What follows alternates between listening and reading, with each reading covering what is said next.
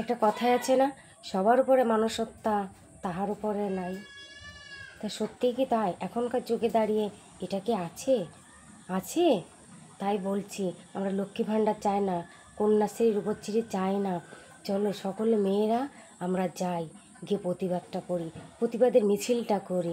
তাহলে আমাদের জীবনের দাম 10 লক্ষ টাকা, আমাদের জীবনের দাম 10 লক্ষ টাকা। আজ হয়তো আরজি হলের ঘটনাটা হয়েছে, কাল হয়তো আমাদের এখানে হবে, আমার ঘরে হবে, কি তোমাদের ঘরে হবে। সেটা কি 10 লক্ষ টাকা দিয়ে মেটানো যাবে? একটা জীবনের দাম 10 লক্ষ টাকা।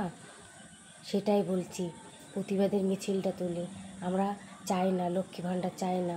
যে টাকায় আমাদের লক্ষ্মী ভাণ্ডার দেবে, রূপশ্রী কন্যাশ্রী দেবে দেবে সেই টাকাটা দিয়ে আরও রাজ্যের বেশি বেশি করে সিকিউরিটি বাড়াতে হবে, যাতে প্রত্যেকটা মেয়ে প্রত্যেক দিন কোনো না কোনো কর্মক্ষেত্রে বাইরে যেতে হয়, সে যেন রাত হোক দিন হোক, সে যেন নিরাপদে নির্ভয়ে যেন সে বাড়ি ঢুকতে পারে, সে যেন বাড়িতে আসতে পারে, বাবা মাকে যেন দুশ্চিন্তা না করতে হয়, বাবা মাকে যেন চোখের জল না ফেলতে হয়, এরকম। তাই বলছি, আমরা সব মেয়েরা মিলেই প্রতিবাদটা করি, চলো।